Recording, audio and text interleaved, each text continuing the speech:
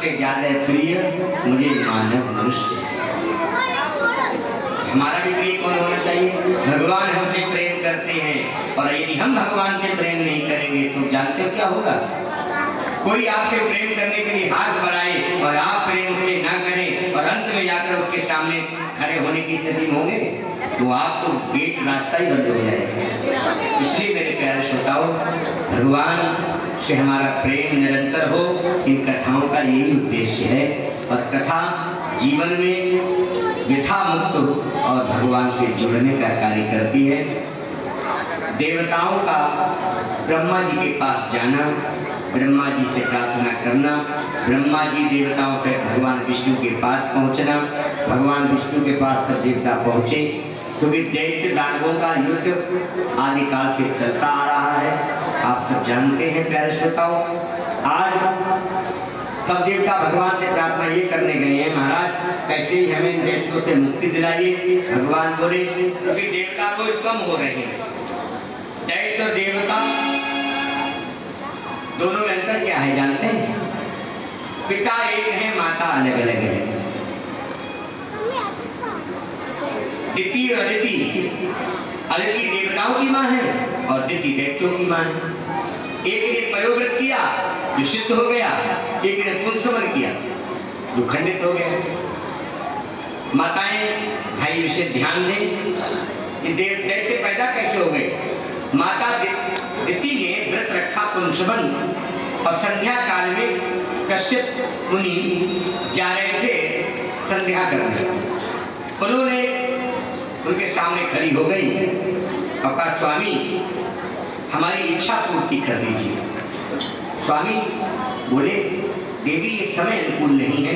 बोले नहीं, ऐसा शास्त्र कहते हैं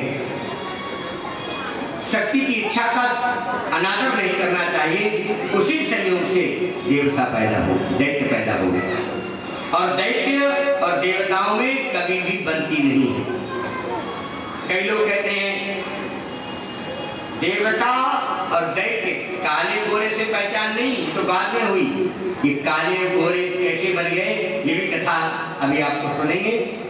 कहते हैं जब दोनों का विवाह रोज हो रहा है, देवता ज्यादा दुष्ट आदमी होता है ना, वो बिना सोचे विचारे अपना प्रहार करता है, और सज्जन व्यक्ति हर बार सोचकर प्रहार करेगा, और सज्जन कभी भी किसी पर प्रहार कर ही नहीं सकता। सज्जन तो प्रहार नहीं करता, सज्जन प्रार्थना करता है, और असज्जन प्रहार करता है। दोनों में इतना अंतर है। दोनों युद्ध कर रहे हैं और देवता रोज कम हो रहे हैं। भगवान के पास गए, भगवान बोले चिंता मत करो, दैत्य और दानव दोनों मिलकर समुद्र मंथन करिए और मैं वहां कच्छप अवतार में तुम्हें मिलूंगा। बासुकी की नेति बनाना, मंदराचल पर्वत का मखानी बनाना और समुद्र का मंथन करिए। लेकिन भगवान ने एक विधि बताई, देवताओं भैया ये आयोजन के ध्यान देने, गुब्बारे सब तोड़ तोड़ के बच्चों को देते हुए खेलते रहेंगे तो बच्चे परेशान नहीं होने चाहिए। जितने बच्चे गुब्बारे लिए घूम रहे हैं सबसे लेके रखवा,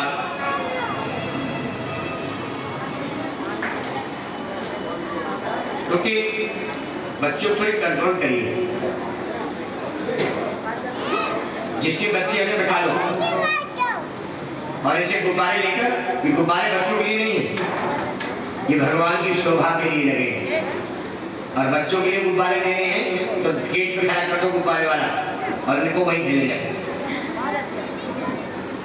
प्यारे श्रोताओं, हम क्या कह रहे थे? कितने बजे आप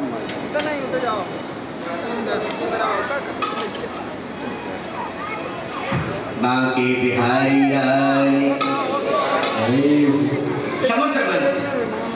समुद्र मंथन दैत्य दानव मिलके करें। देवता जो काम करते हैं दानव समझते ही अच्छा है। भगवान बोले इसीलिए हम तुम्हें पहचान दे रहे हैं। जब नेति बने बासुकी की तो तुम बासुकी का सर पकड़ लेना, तब देवता सिर की ओर होना और देवताओं से कहना तुम पूंछ पकड़ो, सिरा दे। दैत्यों से कहना तुम पूंछ पकड़ो, मैं मुंह पकड़ूंगा।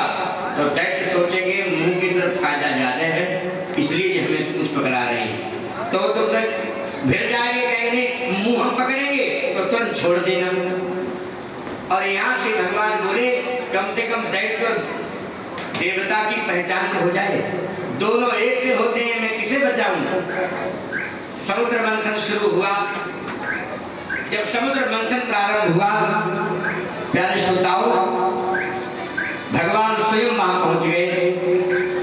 देव देव महादेव भूतात्मन भूत भावना त्राहिना शरणापन्नम त्रैलोक्यधरा विशाल।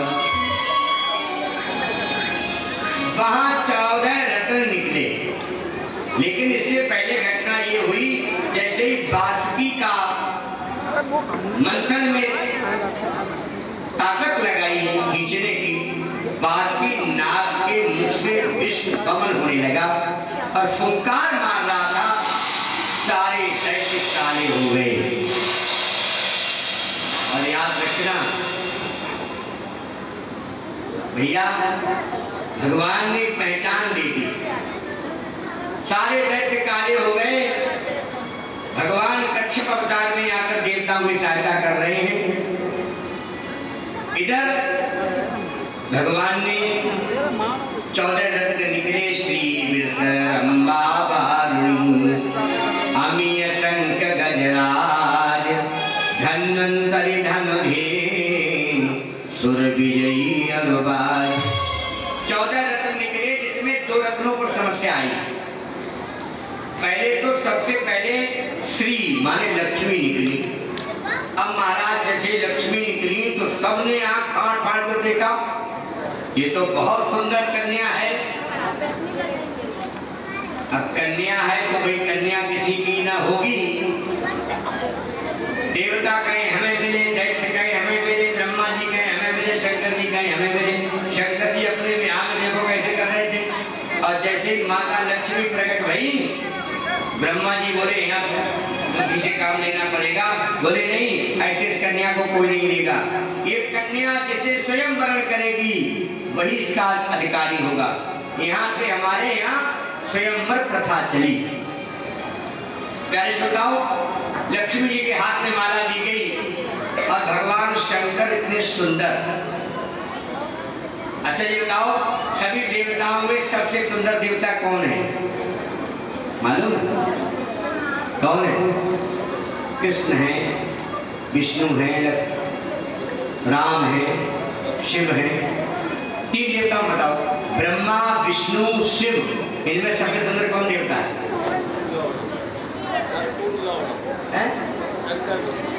ये तो कह रहे हैं शंकर जी।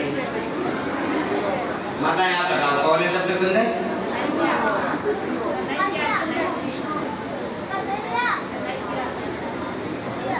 हम अपने अपनी भ्रांति। अच्छा शंकर जी का रंग कैसा है बताओ? देखो ये पंडित जी बता रहे हैं, सत्यता यही है। आपको मंत्र याद है तो कर्पूर गौरम कहते हैं, और हम लोगों से पूछते हैं क्या कह देते हैं? शंकर जी नीले। शंकर जी से ज्यादा सुंदर कोई देवता नहीं। कोई नीलांबुज है, कोई श्यामलंगम है, और शंकर जी कहते हैं कर्पूर गौरम।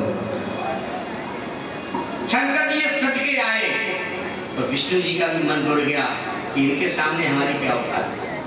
जब महाराज सुंदर श्रृंगार किया और बैठ गए, लेकिन लक्ष्मी को तो पहले ही मालूम था हमें किसे वर्ण करना है।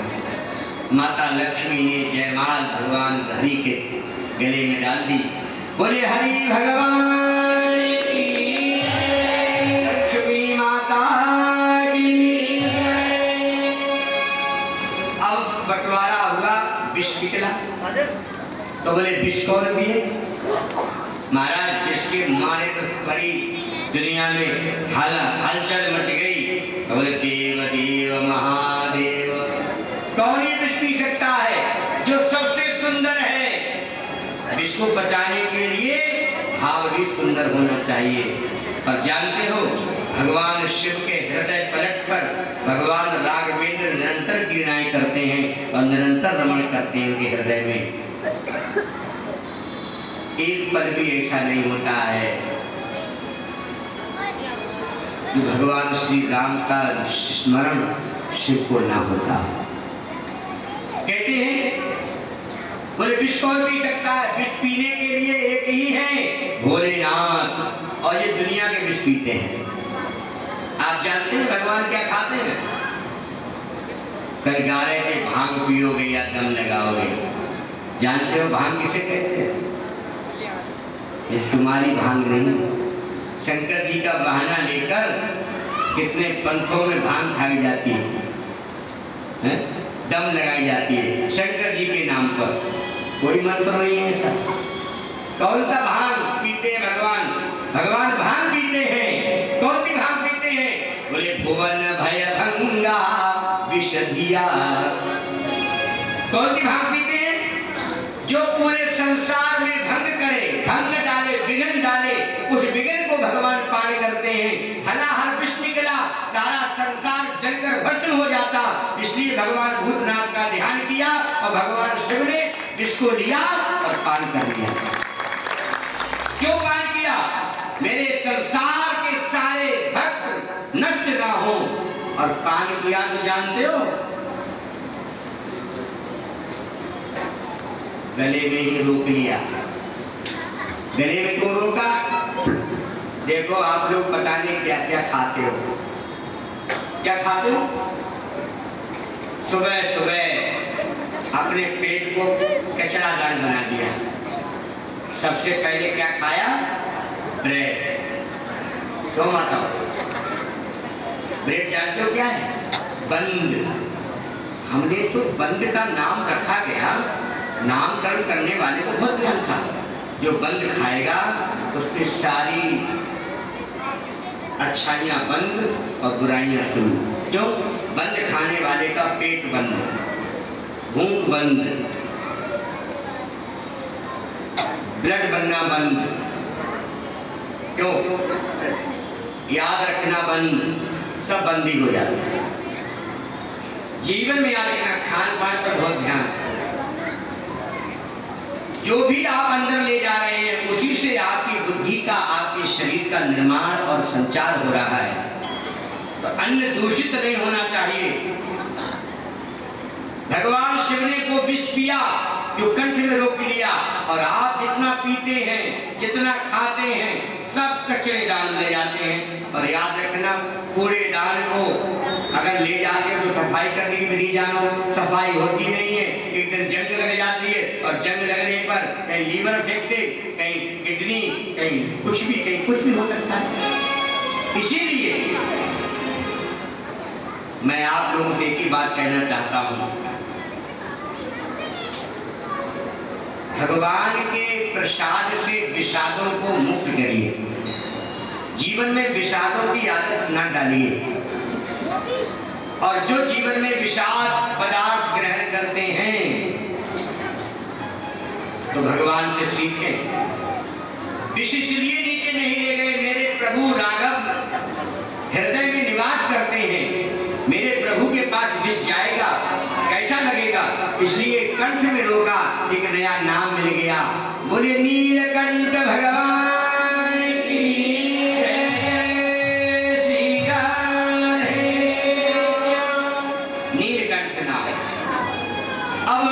बारी आई कहे कि अमृत की।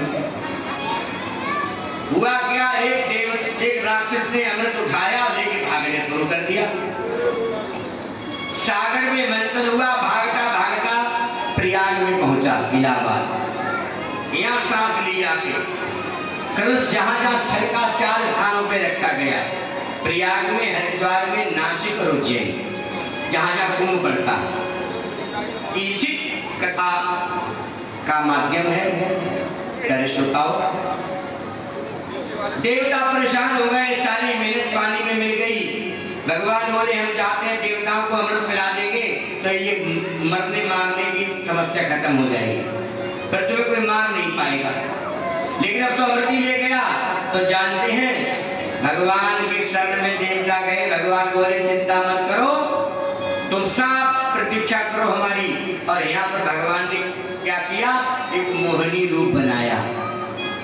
मोहिनी रूप जानते हैं, 16 साल की कन्या का स्वरूप नख से लेके टिक तक श्रृंगार किया और भगवान मटक मटक के चलने लगे।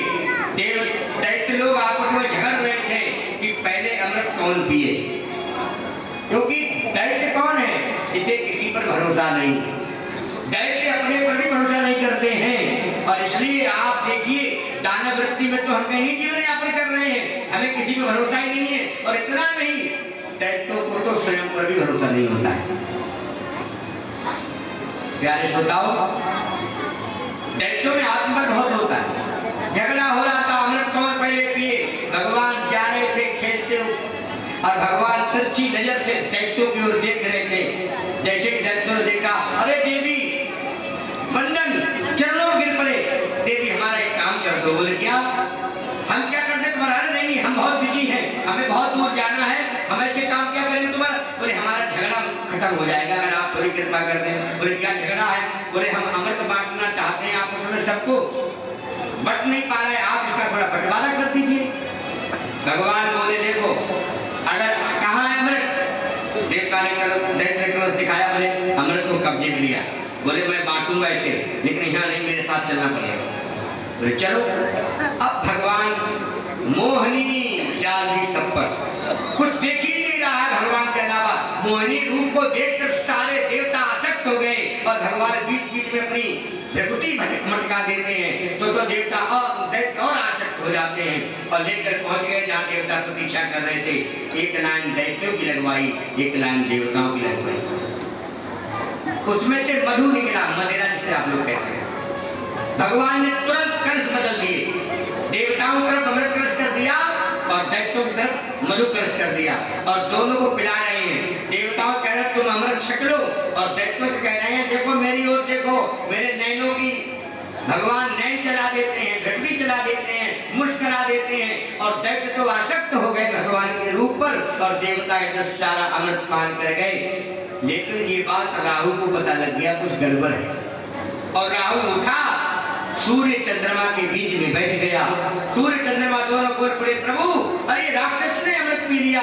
भगवान ने चक्र से उसको केतु बना दिया, श्राप दिया उसने, सूर्य चंद्रमा तुम्हें छोड़ूंगा नहीं।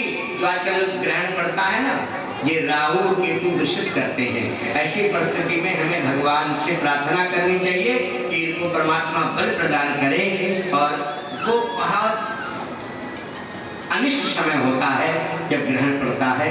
ग्रहण में हमें सत्कर्म, संसार के नहीं केवल आध्यात्म और मांगलिक कार्य करने चाहिए। भजन है, कीर्तन है, कथा है, रामायण है, सत्संग है, निरंतर करना चाहिए। प्यारे श्रोताओं, देवताओं का कार्य परमात्मा ने सिद्ध कर दिया और सिद्ध करने के बाद प्रभु दैत्य दानवों में युद्ध हुआ। आप सब जानते हैं, कल आपने वामन भगवान का दर्शन किया। दैत्य इतने प्रबल थे, दैत्यों ने सब देवताओं को तीनों लोगों से भगा दिया और तीनों लोगों पर अपना राज और राज किसका था? महाराज बलि का। बैरोचन, प्रहलाद, बैरोचन और बलि, बलि का साम्राज्य। कौन महाराज बलि से मुकाबला कर सकता है? देखो राक्षसों में बहुत बहुत बड़े भक्त हुए। बलि महाराज कोई साधारण व्यक्ति नहीं है। भगवान की शरण में गए, बोले महाराज दैत्य तो माला माल हो गए, देवता कहीं भी नहीं गए, हमारे पास केवल ये है कि हम मर नहीं सकते, मृत पी लिया है, लेकिन घर भी तो चाहिए, व्यवस्था भी तो चाहिए। भगवान बोले चिंता मत करो, मैं वामन रूप रख के जाऊंगा। और देखो भक्त के यहाँ भगवान के चक्र की नहीं चलती है, भगवान की सत्ता प्रभुता की नहीं चलती है। भक्त के यहाँ भगवान भी भिक्षुक बन के गए, माने ब्राह्मण बन के गए। और कितने बड़े ब्राह्मण? वामन अंगुल के, वामन अंगुल का रूप बनाया। भगवान बोले आज तक हमने कोई भिक्षा उक्षा मांगी नहीं है। शंकर जी बोले हमारा काम पुराना है ये, हम तो भिक्षा मांगने का खूब अभ्यास रखते हैं। शंकर जी बोले हमारा महाराज कमंडल ले लो। ब्रह्मा जी का कमंडल दिलवा दिया, शंकर जी का बागंबर दिलवा दिया और भगवान को खड़ाऊं दे दी, छाता इंद्र ने दे दिया। और शंकर जी बोले जब जाओ तो तो खूब दुआ देके भिक्षा मांगना। कंकरी ने भिक्षा मांगना सिखा दिया, क्योंकि भगवान कहते हैं मेरा हाथ तो ऐसा रहता है, ऐसा तो मैं कभी दिया ही किसी सामने। अब आज भक्तों के लिए भगवान चक्र की चले तो नाय भीख मांगे खाऊं, पहुंचो बलिहू के द्वार देश ब्राह्मण को धार। ब्राह्मण वेश में पहुंच गए प्रभु, और जब याचना की राजा बलि यज्ञशाला में यज्ञ कर लेते संवाद गया, महाराज आपके यहाँ एक बहुत तेजवान ब्रह्मचारी बटुक ब्राह्मण का आगमन हुआ है। बलि बोले जो चाहे वो दे देना। हमारे द्वार पर साधु ब्राह्मण कोई यज्ञ हो और आ रहा है तो बिना सत्कार के उसे जाना नहीं चाहिए। गस्तों में भी नियम है, आपके यहाँ कोई आया है तो कुछ ना करे, जल तक भी पी के जाए, और नहीं ऐसा होता है तो उस व्रत का यश खत्म होने लगता है। बलि बोले हमारे यज्ञ से कोई खाली हाथ नहीं जाना चाहिए। भगवान के द्वार पर बोले भैया ब्रह्मचारी जी जो आपको चाहिए बता दो, हमारे राजा ने कह दिया है। भगवान बोले बहुत तुम्हारा राजा घमंडी है, ये नहीं जानता है कि संत ब्राह्मण साधुओं का कैसे सत्कार किया जाता है। अरे स्वामी से दान लिया जाता है, सेवक से दान कभी किसी सेवक से नहीं दिलवाना। सेवक का दान लगता नहीं है, दान स्वयं स्वामी को करना चाहिए। कहते स्वामी दान करने का अधिकारी होता है, और कहते ना अपने राजा से करे अपना यज्ञ, मैं तो चला। नहीं नहीं मेरे राजा मुझे दंड दे देंगे। दौड़ता हुआ गया, महाराज तो ब्रह्मचारी वाला तेजवान है और स्वाभिमानी है, वो जा रहे हैं, आप व्यवस्था करिए। राजा बोले चलो, कोई लगता है कोई साधारण व्यक्ति नहीं। राजा बलि अपने यज्ञ मंडप आचार्यों के साथ, गुरु शुक्राचार्य के साथ पहुंचे। देखा वामन मंदिर के छोटे से भगवान, जाकर प्रणाम दंडवत किया। महाराज आज्ञा, बोले आज्ञा क्या? मैं तो सुना था तुम्हारा यज्ञ बहुत सुंदर हो रहा है। मैंने कहा चलो दर्शन करता चलूं। बोले महाराज कुछ आए हो कुछ लेके जाना पड़ेगा। भगवान बोले आज तक दुनिया में हमने किसी से लिया ही नहीं है। बलि बोला हमने किसी को अपने द्वार से बिना दिए जाने नहीं दिया है। हमारा भी नियम है, जो हमारे द्वार पर आता है उसे लेना ही पड़ता है। भगवान बोले हमारा भी नियम है, मैं किसी से लेता ही नहीं हूँ, मैं तो देता हूँ। अब तो महाराज बड़ी समस्या। जो आचार्य लोग थे बोले महाराज बीच का रास्ता निकाल लो। बोले क्या रास्ता निकाल लें?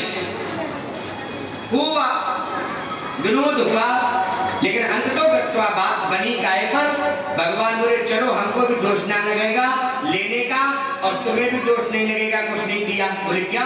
बोले 3 पग पृथ्वी दे दो। साधु का आसन 3 पग में लग जाता है, इससे जरूर का। भगवान बोले हम तो ये चाह रहे थे तुम्हारे आश्रम बनवा दे, एक गौशाला बनवा दे, एक यज्ञशाला बनवा दे। बलि बोला यज्ञशाला मैं तो अभी बाप आज्ञा करिए। भगवान बोले यज्ञशाला ही बनानी होती तो ये वेश को धारण करते, आश्रम बनाना होता तो महात्मा ही क्यों बनते? भाई महात्मा बनने के लिए आश्रम आवश्यक नहीं है। जो संन्यास लेते हैं उनके लिए तो एक साफी से अलावा दूसरी साफी भी निषेध है। जब एक कंबल के अलावा दूसरा कंबल निषेध है, एक कंबल मिले और दूसरा कंबल आए तो उसे दान कर दो। सन्यासी को संचयी नहीं होना चाहिए। और जानते हैं प्रहलाद जी ने सन्यास धर्म का बहुत सुंदर निरूपण किया। अष्टौ ग्रासान मुनेर भक्ष्या, बोले संत को केवल 24 घंटे में 8 गिलास खाने चाहिए। कितने? 8। संत को दूध और घी, कहते हैं घी मज्जा है उसके लिए और दूध उसके लिए रक्त है। ये दोनों चीजें निषेध है। लेकिन ये सब साधना की चीजें हैं। हम दुनिया को घर छोड़ा, परिवार छोड़ा, माता पिता छोड़े, संबंधी छोड़े और फिर जाके मेरे चेले बनाए। जो चेले ही बनाने थे तो घर में रह के बन सकते हैं। 8 गिलास 24 घंटे में। अब थोड़ी व्याख्या आपको गृहस्थों की कर देते हैं। गृहस्थों को 24 घंटे में कितना ग्रहण करना चाहिए भोजन मालूम? 16 गिलास, केवल 16 गिलास। चाहे वो 24 घंटे में एक बार ले, चाहे 2 बार में 8-8 गिलास ले। अब गिलास कितना बड़ा, हमारे यहाँ गिलास की महिमा बताइए, गिलास की सीमा बताइए, गिलास का वजन बताया है। आमलकम माने आंवले के बराबर 1 गिलास होता है। और जो इतना भोजन प्रसाद लेता है वो सब समस्याओं से मुक्त रहता है। ब्राह्मण को तो नियम है बिना यज्ञ के प्रसाद लेना, जो बने पहले यज्ञ में उसका, उसे बलि वैश्य कहते हैं। ब्राह्मण के 6 कर्म है। पहला कर्म विद्या पढ़ना, विद्या पढ़ाना। दूसरा, तीसरा कर्म दान लेना, दान देना। 5वां 6ठा कर्म यज्ञ करना और यज्ञ कराना। लेकिन सब अपने अपने धर्म से दूर हो गए। संध्या विहीनश्च ब्राह्मणश्च सद्या कर्ता विनश्यति। जो ब्राह्मण संध्या नहीं करते वो 3 दिन में ब्रह्मत्व नष्ट कर लेते हैं। ऐसे साधन है। प्रहलाद जी ने इसमें बड़ी व्याख्या की, लेकिन प्यारे श्रोताओं ध्यान देना, यहाँ भगवान बोले हमें तो 3 पग चाहिए, इससे ज्यादा करेंगे क्या, और इसलिए ले लेते हैं। हमें आप भूमि दान कर देंगे तो भूमि यहीं रहनी है, हमें थोड़ी जानी पड़ेगी। हम लेके जाएंगे तो हमें दोष लग जाएगा। जब 3 पग पृथ्वी को कहा तो जानते हैं गुरु शुक्राचार्य साहब को, शुक्राचार्य ने एक कोनी मारी चेला के। अरे बोले हे बलि, चक्कर मत पड़ जाना, ये छलिया विष्णु है, ये देवताओं का कार्य सिद्ध करने के लिए तुझे छलने आया है। बलि बोले गुरुजी आपका ये काम नहीं है, मैं दान कर रहा हूँ, आप मुझे रोको। गुरुजी का तो काम है, शिष्य दान कर रहा है तो व्यवस्था बता दे, दान कर रहा है तो व्यवस्थित दान करे। दान पात्रता को देना चाहिए, पात्र को देना चाहिए, पात्र को नहीं। आपने दान दिया और उसने अपनी चिलम पी ली जाके, तो आपका दान खत्म हो जाएगा। आप दान दिया है वो भगवान का भोग लगाए और भगवान को प्रसाद ग्रहण कराए, भगवान का श्रृंगार करे, भगवान को और करे, अनाथ गरीबों को सहयोग करे, या अपने ग्रस्त हो तो अपने परिवार की जीविका में सहयोग करे। ये है दान का मतलब। दान का मतलब ये नहीं है जितने जो भिखारी है ना, जो बहुत इंटरनेशनल वाले जो कहते हैं 1 रुपया दे दो तो फेंक देते मार देते। भिखारियों को आजकल सिस्टम देखिए, 1 रुपया भिखारी नहीं देता है आजकल, 10 का नोट चाहता है वो भी। लेकिन नहीं, वो भिखारी शाम को 5000 वाली मंगाते हैं, अब फिर बढ़िया से मौसम बनाते हैं, आपके पैसे का दुरुपयोग होता है। कोई भिखारी आपके पास आएगा, चाय पीनी है चाय पिलाओ, आपको लगता है भोजन करना, भोजन कराइए। और भिखारी कभी भी राजा नहीं हो सकता। हमारे हरिद्वार में एक भिखारी पर, आज की बात नहीं कह रहा हूँ, 92 की बात कर रहा हूँ, 3.5 करोड़ रुपया निकला भीख मांगने वाले पर। सर पे कपड़ा नहीं पहनता था और कहाँ बिस्तर लगाए पड़ा था उसको नोट का, और ऊपर से गुजरे पड़े, किसी बताया नहीं था। जब मरा तो नीचे देखा सामान में क्या है तो 3.5 करोड़ रुपया निकला। और खूब ऐश करता था। दान यदि पात्रता को नहीं दिया, दान पात्र को नहीं दिया तो समझ लेना आपका दान किसी काम का नहीं और आपको दोष लग जाएगा। इसलिए दान कैसे देना चाहिए? दान देने के लिए ब्राह्मण सर्वश्रेष्ठ, साधु सर्वश्रेष्ठ। और दान कैसे देना चाहिए? कोई दान लेने आया है, उसे कोई आवश्यकता है, समाज में कोई ऐसा व्यक्ति है तो कोई न कोई उसका प्रमाण होना चाहिए, इसे इस दान की आवश्यकता है या नहीं। एक व्यक्ति की लड़की की शादी थी, हमने अपनी गलती की करती हो तो शादियां कराते हैं, उसका महाराज जी को पब्लिक कह देना हमारा भी काम चल जाए। उसने पता नहीं कितने लोगों से बेड ली, एक व्यक्ति की शादी में 6 बेड मिल गए उसे, और सब उसने सबसे पैसे वाई कर ली, और सब बड़ी हमें बहुत कष्ट हुआ। क्योंकि दान आवश्यकता जहाँ जितनी हो उतना दान होना चाहिए, और नहीं तो पुण्य कर्म के लिए दान करना है तो गौ दान करिए, गौशाला में दान करिए, ब्राह्मणों को दान करिए, साधुओं को दान करिए। आप देखते हैं हमारे यहाँ आज हमारा कितना बड़ा सौभाग्य है। मैं किसी राजनीति से प्रेरित होकर नहीं बोल रहा हूँ, मैं तो केवल एक स्वभाव से बोल रहा हूँ। हमें हमारे प्रदेश का ऐसा राजा मिला है जो प्रथम बार अपने निवास पर गौशाला की स्थापना करी उसने। सुना होगा आपने, कालिदास मार्ग 5 में कल 10 गाय आई हैं। पहले गौशाला का शिलान्यास किया, गायों को प्रवेश कराया गया, गायों का पूजन कराया गया और हमारे उस राजा ने अपने हाथ से गायों को पहले ग्रास दिया है, उसके बाद अपने निवास की ओर प्रस्थान किया है। और उसने एक ही बात कही, जहां मैं रहूंगा वहां गौशाला रहेगी। लेकिन ये हमारा सौभाग्य है, कितने कितने बढ़िया निर्णय हो रहे हैं।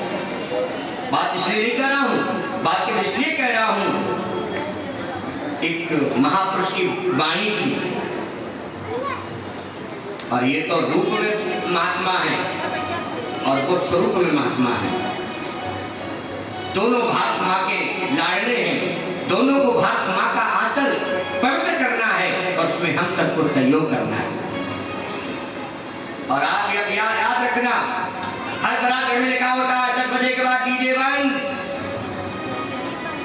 अब कोई नहीं लिख पाएगा। कथा में डीजे चलेगा, रामायण में डीजे चलेगा, शिवरात्रि में डीजे चलेगा, धार्मिक कार्य में डीजे चलेगा, और नहीं चलेगा तो ये भोपा बंद हो जाएंगे। क्यों? ये राजनीति से प्रेरित बात नहीं है। हिंदुस्तान में अगर कथा नहीं होगी, आरती नहीं होगी, घंटा नहीं बजेगा तो क्या होगा? और हमारी सनातन संस्कृति है, पद्धति है, और हम सब प्रार्थना भी करते हैं ऐसे राजा हमारे देश में आए जो सबका विकास और सबका साथ, लेकिन हिंदू और सारे धर्मों को छोड़कर एक मानवता का पाठ दे, तो जो हमारे सबके समरसता का प्रतीक बने, ऐसा राज्य हमारे यहाँ होना चाहिए। और यही कथा कहती है ऐसे राजाओं की। राजा बलि, जिनके यहाँ स्वयं परमात्मा को जाना पड़ा, जो राजा न्याय से चलता है, परमात्मा निरंतर उसके द्वार जाता है। मेरे प्यारे श्रोताओं, राजा बलि ने जैसे ही दान करने की बात की, गुरु जी ने मना किया। बोले बेटा 8 स्थान पर झूठ बोलने में पाप नहीं लगता है। अब आप लोग झूठ सीख लो, झूठ कहाँ का बोल सकते हो। आप लोग तो झूठ पता नहीं कहाँ का बोल देते हो। झूठ सब जगह नहीं बोला जा सकता। कि शुक्राचार्य ने विधान दिया 8 स्थान पर झूठ बोल सकते हो। कहाँ? स्त्री नरम विवाहेतु वृत्यर्थे प्राण संकटे गौ ब्राह्मण हत्यायाम नानृतम प्याजुगुप्सितम। ये 8 स्थान पर झूठ बोला जा सकता है। कहाँ? कोई बहुत रहस्य की बात हो, दुनिया में आप किसी को बताना नहीं चाहते हैं, तो अपनी धर्म पत्नी को भी मत बताइए। क्यों? चाहे प्रिया कितनी सुंदर हो, उसे राज बताना ना चाहिए। चाहे प्रिया कितनी सुंदर हो, उसे राज बताना ना चाहिए। चाहे भैया कितना बैरी हो, उसे राज छुपाना ना चाहिए। चाहे भैया कितना बैरी हो, उसे राज छुपाना ना चाहिए। जिस भजन में राम का नाम न हो, उस भजन को गाना ना चाहिए। जिस भजन में राम का नाम न हो, उस भजन को गाना ना चाहिए। अब माताओं को बड़ी यहाँ पर गड़बड़ी लग रही होगी। क्या जी आप कह बैठे लोग झूठ बोलते हैं, अब तो आप ही प्रमाण दे रहे हैं। मैं एक बात बताऊंगा, झूठ बोलने की प्रमाण नहीं दे रहा हूँ। माताओं को राधा युधिष्ठिर का श्राप लगा हुआ है, कोई मातृ शक्ति अपनी बात छुपा नहीं पाएगी। और इसलिए आपने देखा होगा बहुतायत में माताएं कोई बात गोपनीय नहीं रख पाती, किसी को नहीं माँ को बता दिया। अब तो तुम तो अपनी होती, तुम्हें बता दे रहे हैं, सब अपनी लगती है, सबको बता देते हैं और बात फैल जाती है। क्यों? युधिष्ठिर महाराज ने श्राप क्यों दिया? जब महाभारत हुआ तो कर्ण जो था युधिष्ठिर का सगा भाई था और एक पांडवों को नहीं पता था। युद्ध हुआ, कर्ण पांडवों के हाथों से मारा गया। जब पिंडदान की बारी आई तो पिंडदान युधिष्ठिर कर रहे थे। माता कुंती रोती हुई गई, बेटा कर्ण का भी पिंडदान कर देना। कर्ण का, वो क्षत्रिय, मैं उसका पिंडदान क्यों करूंगा? पिंडदान तो अपने कुल का किया जाता है, कुल के लोगों किया जाता है। बोले बेटा वो तेरा सगा भाई था। युधिष्ठिर महाराज मूर्छित हो गई सुनकर और जब होश में आए बोले माँ 18 घंटे लगते महाभारत को जीतने में, अगर कर्ण मेरा भाई मेरे पास होता। तूने कितना बड़ा अपने पुत्रों के साथ में अन्याय किया, तूने मुझे समय रहते नहीं बताया। आज श्राप देता हूं स्त्री जाति को कि तुम कोई बात छुपा नहीं पाओगे। यही कारण है ये शास्त्रों में अंकित मिलता है, रहस्य की बात माताओं को नहीं बतानी चाहिए। स्त्रियों से झूठ बोलने पर पाप नहीं लगेगा। विवाह में किसी कन्या का विवाह हो रहा है, कोई पूछे आप एक कैसी लड़की है? बहुत सुंदर था, बहुत बढ़िया, बहुत संस्कारी है, उसकी प्रशंसा करके उसका विवाह कराइए। थोड़ा बहुत झूठ बोल दीजिए जिससे उसका विवाह हो जाए, आपको पाप नहीं लगेगा। व्रत करके व्यापार में झूठ बोलना जाता है, वहां पाप नहीं लगता है। व्यापार में कब पाप लगता है? कंपनी के माल की चिट लगाकर डुप्लीकेट माल दिया जाता है, वहां दोष लगता है। व्यापार में कोई वस्तु कितने रुपए में आप बेच लेते हो, जो आपकी व्यापार कुशलता है, उसमें पाप नहीं है। पाप तब है जब आप किसी वस्तु का नाम और कोई वस्तु उसके बदले में दे दी जाए। व्रत करके प्राण संकट में हो, कोई भी स्वीकृति दे सकते हो, पाप नहीं लगेगा। प्यारे श्रोताओं, गौ हत्या में पाप नहीं लगता है। गौ हत्या कोई कर रहा हो और आप गाय, एक कथा आती है, एक गाय कसाई से छूट गई, भाग गई, तो एक शत्रुचंद नाम के संत थे। बोले महाराज आप तो सच बोलते हो, वो गाय किधर गई? तो वो क्या बोले? बोले जो देखता है वो बोलता नहीं है, जो बोलता है वो देखता नहीं। अब मैं तुझे कैसे सच बताऊं? मतलब आंखें देखती हैं, वो बता नहीं सकती तुझे, और मुंह बताएगा तो वो देखता नहीं है। तो उन्होंने तो समस्या का समाधान कर लिया। बोले हम क्या करें? हम तो सीधे कहें गाय पूरब गई है, कह दो दक्षिण चले जाओ, उधर गई। लेकिन सच बात बताओ, गौ ब्राह्मण, कोई ब्राह्मण का अनादर कर रहा हो, अनादर प्रयोग कर रहा हो, आप उसको झूठ बोलकर जैसे भी हो उसकी रक्षा करें। ये 8 स्थानों पर झूठ बोलने में कभी पाप नहीं लगता है। बलि बोला गुरुजी जी बताओ, ना तो यहाँ कोई स्त्री है, साक्षात आप ही कह रहे भगवान है तो भगवान है। दुनिया भगवान के द्वार जाती है। आज मेरा सौभाग्य देखिए, परमात्मा स्वयं चलकर मेरे द्वार भिक्षुक बनकर आया है, इसके भला मेरा और क्या सौभाग्य होगा? गुरुजी यहाँ पर मैं नहीं मानूंगा। और याद रखना, हमारे यहाँ त्यागने का भी विधान है। बलि ने गुरु को त्यागा है और ध्रुव ने पिता को त्यागा है। वनिताओं ने, वृद्ध वनिताओं ने पतियों को त्यागा है।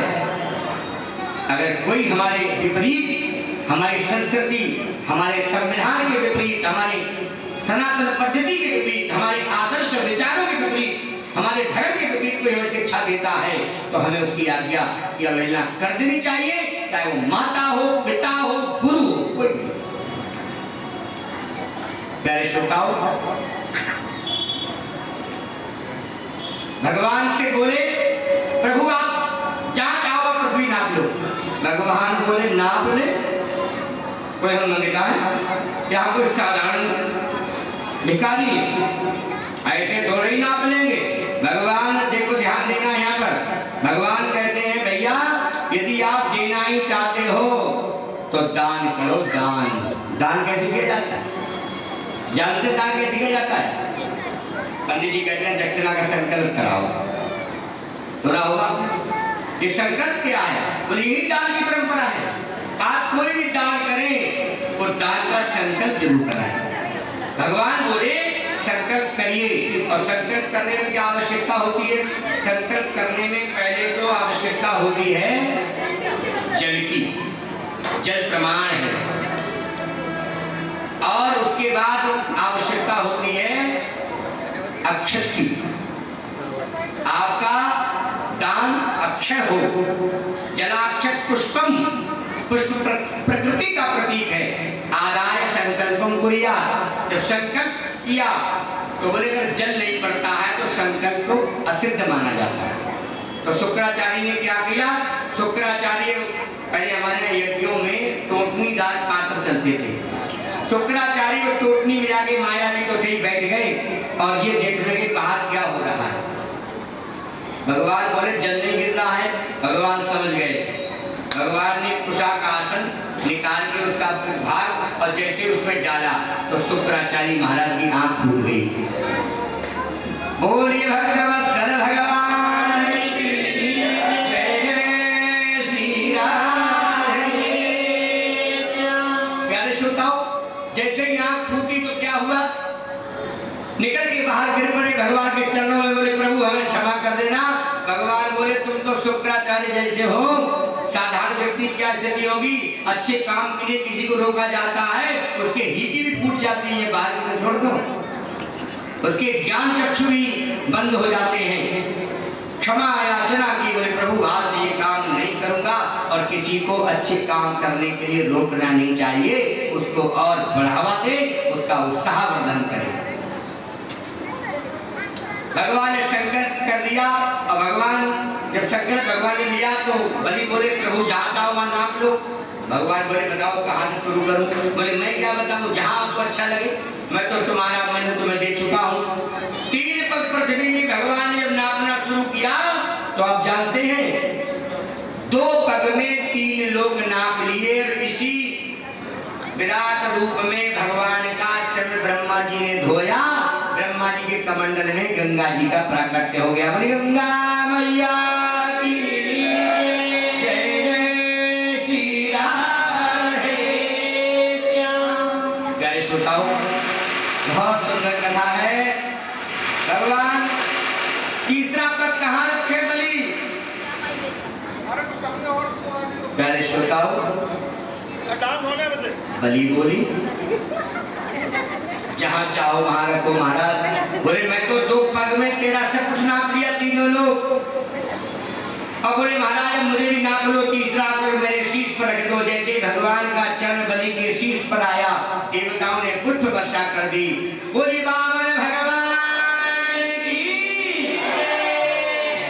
जैसे ही देखा अब भगवान अपने रूप में आए। बलि की बहन का नाम है रत्नमाला। जब भगवान छोटे से आए तो लगा कि अपना स्तनपान कराती, मेरा बेटा होता। जब भगवान ने ये किया तो बोले मैं तो विष देख के मार देती। भगवान बोले तथास्तु, यही रत्नमाला आगे चल के पूतना बनेगी। प्यारे श्रोताओ, सुखदेव जी महाराज कहते हैं राजन, भगवान बोले बलि से तुम हमसे कुछ मांग लो, हम बहुत प्रसन्न हैं। बलि बोला महाराज कैसी बात कर रहे हो? आप ये बताओ मुझे, वो देने आए क्या लेने आए थे? मैंने सब कुछ आपको अपना दे दिया और स्वयं को भी आपको दे दिया। अब मैं आपसे क्या मांगूंगा? मैं तो आपका हूँ, जो चाहो वो करो। भगवान बोले फिर मैं तुम्हें पाताल लोक का राज्य देना चाहता हूँ, अब कुछ मांग लो। बोले जब देना ही चाहते हो पाताल लोक का राज्य, ये मांगने की बात कर रहे हो प्रभु, तो हमारे पाताल लोक की द्वारपाली करिए। गए थे छलने के लिए, बताओ इतना सीधा कौन होगा? भगवान छल गए वहां। प्यारे श्रोताओं, के भगवान छल गए। छलते हुए परमात्मा ने देखा। भगवान कहते हैं मैं छला नहीं हूं, मैं भक्ति के प्रेम के बंधन में बंधा हूं। बलि कोई साधारण व्यक्ति नहीं है, बलि भक्तों में भक्तराज है। बलि जैसा कोई दानी नहीं हो सकता, बलि जैसा कोई दानी नहीं हो सकता जो अपने आप को भी दान कर दे। इतना बड़ा दानी कौन हो सकता है? और भगवान कहते हैं दान ही धर्म है। दान से बड़ा दुनिया में कलिकाल में तो कोई धर्म है ही नहीं। मेरे प्यारे श्रोताओ, दान करना है तो कहाँ कहाँ करिए? और धर्म करने के लिए धर्मशालाओं को दान करें। और बहुत सुंदर आकर संकल्प होना चाहिए, जहाँ के धर्म का संचार होता है वहाँ के धर्म के लिए आप दान करें। प्यारे श्रोताओ, बहुत सुंदर कथा आती है। नारद जी जा रहे थे, लक्ष्मी माता विष्णु को ढूंढ रही थी। आजकल प्रभु जाने पता नहीं कहाँ चले गए, मिल नहीं गए। नारद जी मिले, नारद जी ने माता जी को देखा, बधाई दे डाली, माता जी बधाई हो। अरे माता बोली काय की बधाई? बोले बधाई ये आज तक भगवान विष्णु ठगुआ है, निठल्ले थे, कोई काम नहीं था उनके पास, परमानेंट जॉब लग गया उनका, परमानेंट जॉब लग गया। क्या कह रहे हैं नारद जी? अरे पर क्या कहूँ, जो देवताओं के चक्कर में पड़ा वो खत्म हो गया। क्या हो गया? अरे देवताओं के राजकाज के लिए गए थे वहां बलि के यहाँ कुछ मांगने के लिए, और खुद बलि ने अपना द्वारपाल बना लिया। लक्ष्मी बोली भैया, नारद जी सच बोल रहे? बोले हाँ, उनके यहाँ डंडा लेके द्वारपाली कर रहे हैं।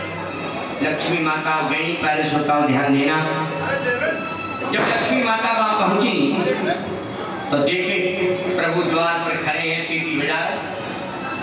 माता बोली इनसे बात करूंगा नहीं, बात तो भैया से करनी है, क्योंकि ये तो ऐसे हैं जिनकी सेवा ले लेते हैं छोड़कर महीने।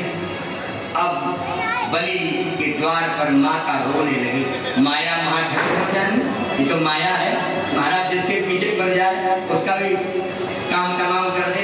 कहते हैं माया से रोने की आवाज आई। राजा बलि ने बोला कौन रो रहा? बोले आपकी बहन जी रो रही है, ये कह रही बलि हमारे भैया हैं और आज हम बहुत परेशान हैं। बलि बोली जाओ बहन ले आओ घर में अंदर। जब अंदर लेके गए महाराज तो क्या देखा जानते हैं? बलि बैठे हुए भगवान को मना रहे थे। माता जी बोली पहले सीधा हाथ दो।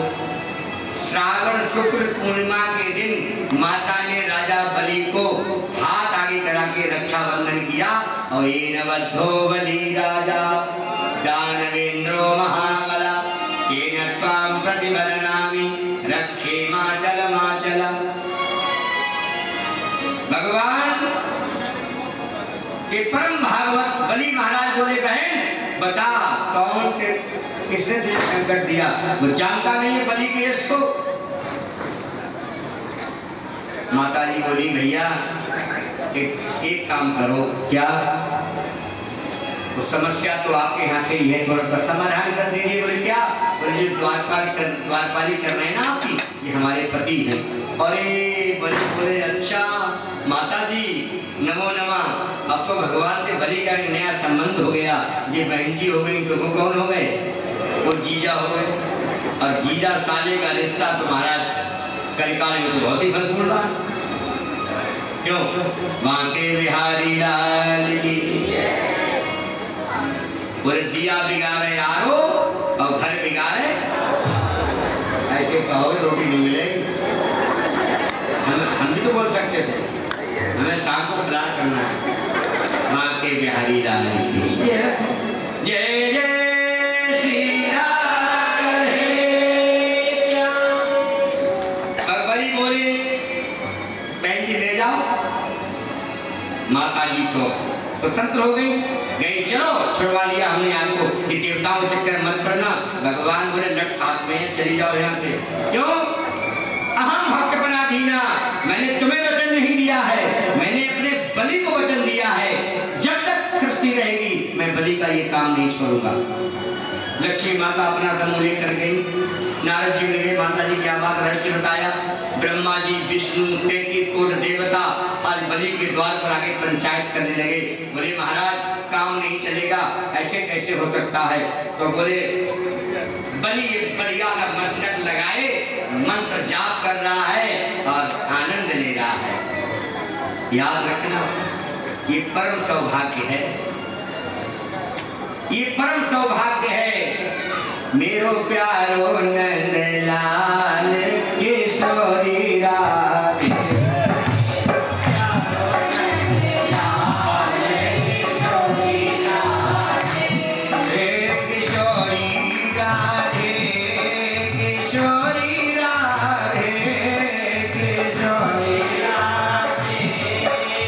Gloria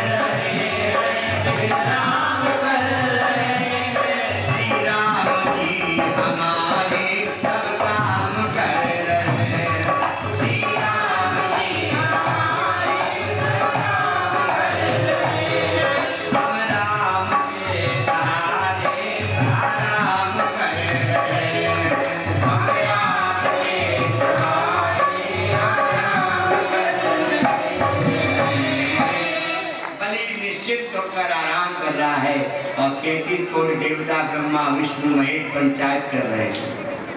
बोले ब्रह्मा जी, बोले देखो भगवान विष्णु जी, आप जानते हैं हम तीनों देवता एक कोटि के हैं, ब्रह्मा विष्णु महेश, और इस ड्यूटी को तीनों लोग करेंगे। 4-4 महीने बांट लेंगे, यहाँ भी काम चल जाएगा, वहाँ भी काम चल जाएगा। भगवान बोले मैं नहीं जानता हूँ, मेरा स्वामी बताएगा, मैं तो उसका दास हूँ। बलि को बुलाया गया। बलि बोले हमें कुछ नहीं मालूम है, हमने तो इनके सारे अपनी सब नैया सौंप दी है, ये जैसे चाहे बैठे व्यवस्था करें। प्यारे श्रोताओ, ऐसे महाराज बलि का चरित्र, भगवान जिनकी सारी व्यवस्था करते हैं वो कुछ नहीं करते हैं। क्या करते हैं? केवल भगवान का ध्यान करते हैं। और मैं आपको वचन देता हूँ, आप भी भगवान का ध्यान करना सीख लीजिए। आप भी प्रभु की शरण में, माताएं यहाँ आई हैं, आप ये नहीं समझना कई माताओं को धूप में बैठना पड़ रहा है। हमारे आयल बंधु ध्यान देंगे और माताओं को बैठाने में सहयोग प्रदान करें। भाइयों थोड़ा आगे आगे आ जाओ, आप लोग थोड़ा और आगे आगे बढ़ जाओ, पीछे जगह हो जाएगी और कुछ आने वालों को अवकाश मिल जाएगा।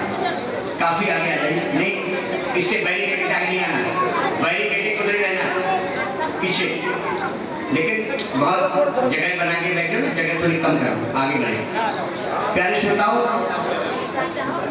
एक ही वचन मैं आपको देना चाहता हूँ, आप भगवान के लिए सब कुछ छोड़कर आए हैं। आज भगवान भी दुनिया को छोड़कर आपके लिए आएंगे, ये मैं आपको वचन देता हूँ।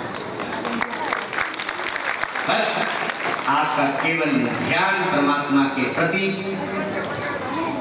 आपका प्रेम, आपका भाव भगवान के प्रति सच्चा और लगन सच्ची होनी चाहिए। प्यारे श्रोताओ, 4-4 महीने की ड्यूटी हो गई। आनंदगण परमानंद प्रभु राजा बलि को जानते हैं, कितना बलि नाम ऐसे था, बलि बलशाली भी बहुत था। आपने रावण का नाम सुना होगा। एक बार रावण सुना बलि का नाम, तो रावण बोले चलो आज बलि से निपट के आते हैं। अपने आप को बहुत बुलंद बनते हैं, जानते नहीं मैंने कैलाश पर्वत उठा लिया था। बलि ने क्या किया? मैं बलि से युद्ध करूंगा। कितना बड़ा भक्त बनता है अपने आप को, मुझसे बड़ा भक्त नहीं होगा। जब मैं चाहता हूँ शंकर जी को वही बुला लेता हूँ। पहुंच के राजा बलि के यहाँ, सामने भगवान विष्णु खड़े, बोले इधर कई बार आ चुका हूँ, मुझे इनसे छोड़ो। जाए के बलि से सब टाइपिंग करेगी, बलि कहो लंका के राजा रावण आए हुए हैं और आपको मिलना चाहते हैं। बलि उस समय भगवान का श्रृंगार करके अपना श्रृंगार कर रहे थे। रावण गया, बोले कहो महाराज। बोले मैं दशानन रावण हूँ और मैं आपसे युद्ध करने आया हूँ। बलि बोला मैं श्रृंगार करूँ? बोले ठीक करो। बोले हमारा ये कानों का कुंडल है, उठा लो जरा। रावण से क्या कहा कि हमारे कानों के कुंडल उठा लाइए। जानते हो रावण कुंडल उठाने गए, रावण को कुंडल नहीं उठा, और जब कुंडल नहीं उठा तो पतली गली से निकल गए, आकर लौट के नहीं आए। ऐसा है बलि का चरित्र। जिस बलि के इशारे पर भगवान द्वारपाली करते हैं, भगवान सारी व्यवस्था करते हैं, इसलिए भगवान कहते हैं और भक्तों ने मोह को नाना भांत नचाए। भगवान को आप जैसे चाहें वैसे नचाएं, लेकिन याद रखना भगवान आपको कभी नहीं नचाते। अगर नचाता है कोई तो कौन है?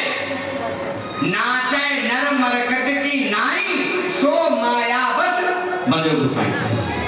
अगर भगवान नहीं नचाएंगे, भगवान ने सेटिंग नहीं करी, तो भगवान की जो घरवाली है ना, उनका नाम दूसरा माया है। और जो फंस गया माया में, फिर तो माया देवी बंदर बनाए, भालू बनाए, रामी जाने। इसलिए भैया हम तो प्रार्थना करते हैं, माता जी के चरणों में ध्यान और पिताजी के दिल में स्थान पालो, यही तुम्हारे जीवन का सार है। कहने का अभिप्राय भगवान मत्स्यावतार की कथा कैसे हुए, सुखदेव जी महाराज परीक्षित बताते हैं। वैवस्वत मंत्रों की कथाओं का राजा सुदुम्न यहाँ से सूर्य वंश का प्रारंभ होता है। सूर्य वंश का वंशावली इसलिए कही जाती है क्योंकि भगवान राम का अवतार बना है। और प्यारे श्रोताओं, राजा इक्ष्वाकु, सरियाती, नृग, नरसिंह, प्रशत्र, नभग और नाभाग और कवि, इनके सरियाती की तो कन्या जिसे सब जानते हैं च्यवन ऋषि को ब्याई गई। कैसे ब्याई गई? च्यवन ऋषि की समाधि पे जाकर कुछ अनशन कर दिया, वहां उनका नेत्रों में कंटर चुभ दिया। हमारे यहाँ आज के समय से पहले के समय में ये अंतर था, आज अन्न में प्राण है और पहले अस्थि में प्राण हुआ करता है। अस्थि माने हड्डी। जब हड्डी में प्राण रहता था तो वायु भक्षण से भी आपका जीवन चल सकता था, और कुछ नहीं ग्रहण करेंगे तब भी आपका जीवन चल सकता था। आज अन्न में प्राण है तो बिना अन्न के जीवन नहीं चल सकता, और इसीलिए अन्न लेने की एक सीमा है। तो इसीलिए आज के समय में साधनाओं में भी थोड़ी सीमा हो गई। प्यारे श्रोताओं, सरियाती राजा के संकट आया तो उन्हें लगा कि हमें लगता है हमारे किसी परिवार ने, हमारे किसी सेवक ने ऋषि का अपमान किया है। तो पता लगा तो कन्या बोली, पिताजी काम हमसे हुआ, अज्ञानता। पिता ने तत्काल कन्या को ले जाकर च्यवन ऋषि को सौंप दिया, बोले उनकी सेवा करोगे तो। च्यवन ऋषि ने देखा, कन्या का हाथ थामा और कन्यादान कर लिया, नेत्र बंद हो गए। बहुत अवधि के बाद जब नेत्र खोले तो कन्या के कमर छूट गई, बाल सफेद हो गए। बोला, देवी मैंने आपको पहचाना नहीं, तुम कौन हो? बोले, मैं आपकी अर्धांगिनी सुकन्या हूँ। कौन सुकन्या? बोले, मेरे पिता आपको सौंप कर गए हैं, याद आया। तो आप जानते हैं, कन्या का त्याग देखकर आज की माताओं के मन का अगर सब्जी न मिले ना तो डाइवोर्स पर सिग्नेचर होने की तैयारी हो जाती है। अगर साड़ी ना आई है और मूवी अगर मन की ना देखने को मिली तो समझ लो तुम्हें अगर टाइम नहीं है तो बहुत समस्याएं खड़ी हो जाती है। माताओं, त्याग करने की आदत बनाइए, और जितना जीवन में त्याग करोगी उतनी ही संपत्ति आपके पास दौड़ेगी। ये माया कौन है? साया देखा अपना परेशानी, जितना उसके पीछे भागोगे वो तुमसे आगे, और तुम उसे छोड़ के भागोगे तो तुम्हारे पीछे पीछे। तो इसीलिए त्याग करने की बात इन कथाओं से हमें सीखने को मिलती है। च्यवन ऋषि ने अश्विनी कुमार वैद्यों को बुलाया और कहा, कोई ऐसी औषधि बनाइए जो मेरी पत्नी और मैं 16 साल का हो जाऊं। आप जानते हैं आजकल लोग जो च्यवन प्राप्त खाते हैं कि इन्हीं च्यवन ऋषि के लिए अश्विनी कुमार वैद्यों ने बनाया और ग्रहण कराया, तरुण हो गए दोनों। प्यारे श्रोताओं, मैं एक ही बात आपसे कहना चाहूंगा, ईश्वर के यहाँ सब कुछ संभव है। कर्तुम अकर्तुम अन्यथा कर्तुम शक्यम, भगवान समर्थवान है। इसलिए आज से एक प्रतिज्ञा करना कि हम भगवान के हैं और भगवान हमारे हैं, ये रोज है। और जब आप रोज कहते रहोगे तो एक दिन आपका शब्द साकार हो जाएगा। प्यारे श्रोताओं, अश्विनी कुमार वैद्यों को यज्ञ में भाग मिलने लगा। इसी कुल में राजा रैवत हुए हैं। आगे रैवती लड़की का विवाह भगवान बलराम के साथ होगा। इसी कुल में गुरु वशिष्ठ, मनु जी, मनु के 9वें पुत्र नाभाग हुए, नाभाग के पुत्र हुए अम्बरीश। कल एकादशी हमारे, आज स्मार्टफोन की, कल वैष्णव होगी। कितने लोग एकादशी पे रखते हैं? हाथ खड़े करके बताएं। बहुत कम लोग रखते हैं। अब मैं आपको एकादशी की महिमा बताना चाहता हूँ। एकादशी का व्रत क्यों रखना चाहिए? आपको कभी असाध रोग नहीं होगा, मैं आपको वचन देता हूँ। एकादशी का यदि आप व्रत करेंगे तो आपका कभी नाश नहीं होगा, यदि आप एकादशी का व्रत करेंगे। मैं एक ही बात चाहता हूं, एकादशी के दिन अन्न में पाप का वास होता है। अपने भी पाप सारे अन्न में पहुंच जाते हैं, और वो पाप तुम्हारे पेट में उधर भी कैसे पहुंचे? तो उन्होंने माध्यम बनाया अन्न के माध्यम से। इसलिए हमें एकादशी के दिन भोजन प्रसादी से बिल्कुल दूर रहना चाहिए, और बच्चों को भी। मैं तो आपको बताता हूँ, मेरे यहाँ आज भी नहीं, बहुत समय से नियम है। और हमारे पास एक संयोग से गौशाला में कुत्ता आ गया। उस कुत्ते से हमें पता लग जाता था एकादशी है। उसको कोई ऐसी बिस्किट ब्रेड डालो तो वो खाता नहीं था, तो पता अरे एकादशी है। हमारा द्वारा कहता था लगता है आज एकादशी है। पूछता था तुझे एकादशी है भैया? हाँ मुझे कुत्ता अन्न नहीं खा रहा इसलिए पता लग गया। तो देखो जीव जंतु भी अच्छे संयोग में अच्छे संसर्ग में जाकर उन संस्कारों को पाल लेते हैं। हम तो मानव हैं, हमें तो जरूर रखना चाहिए। एकादशी अमरीश रखते थे, आप जानते हैं अमरीश का संपूर्ण में इतना प्रभाव प्रताप था। प्यारे श्रोताओं, दुर्वासा ऋषि को पता लगा तो परीक्षा लेने चले गए। और याद रखना, दुनिया में किसी की परीक्षा लेना, भक्त और भगवान की, गुरु और माता पिता की कभी परीक्षा मत लेना। इनकी जो परीक्षा लेता है वो जीवन भर परीक्षा देने के लिए तैयार रहे और फिर भी वो कहीं पास नहीं हुआ। ब्रह्मा जैसे भी परीक्षा ले पाए, हमारी क्या औकात है? प्यारे श्रोताओं, भगवान जब परीक्षा लेने के लिए अमरीश की पहुंचे दुर्वासा जी, तो एकादशी का विधान है। जैसे आज अभिषम एकादशी चल रही, कल उदया बेला में एकादशी होगी। एकादशी का व्रत का सीधा विधान है कि 10वीं की शाम से स्वल्प आहार लीजिए। जो प्रातः काल उठकर उबासी में वो बासी अन्न ना आए, और स्नान ध्यान नित्य कर्म करिए, भगवान का पूजन करिए, भगवान एकादशी कथा सुनिए। एकादशी की ऐसी कथा है, संसार में ऐसी कोई वस्तु नहीं है, ऐसा कोई सिद्धि नहीं है जो एकादशी के व्रत से ना मिल जाती हो। पहली बात, एकादशी में अन्न नहीं ग्रहण करना है, इस बात पर विशेष ध्यान देना है। कई लोग कहते हैं हमें भूखा नहीं रहा जाता है, या हम कैसे रह पाएंगे? हम तो आपको बताते हैं, हमें तो याद भी नहीं कब से एकादशी रहते हैं, और हमारी तो रोज एकादशी है। प्यारे श्रोताओं, उपवास और व्रत करते हैं, वो दिन भगवान का होता है। साल में एक दिन जन्मदिन होता है, एक दिन शादी का दिन होता है, एक दिन मूवी देखने का दिन रात करा है, एक दिन जन्माष्टमी मनाने का रात करा है। ये सब नियम है हमारे यहाँ, और ये सबके लिए समय देते हैं हम लोग, और केवल अपने लिए समय नहीं। जो भगवान के लिए समय दिया जाता है वो हमारा समय होता है, वो हमारे काम आता है। और जो भगवान के लिए समय नहीं, संसार के लिए दिया जाता है, वो हमारे काम नहीं आएगा, वो संसार के काम आएगा। हम रोज संसार के लिए समय दें, कम से कम 15 दिन में एक दिन अपने लिए निकाल के रखें,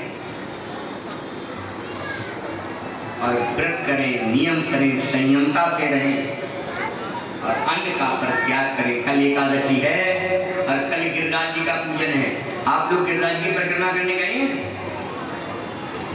कम लोग गए हैं? अच्छा,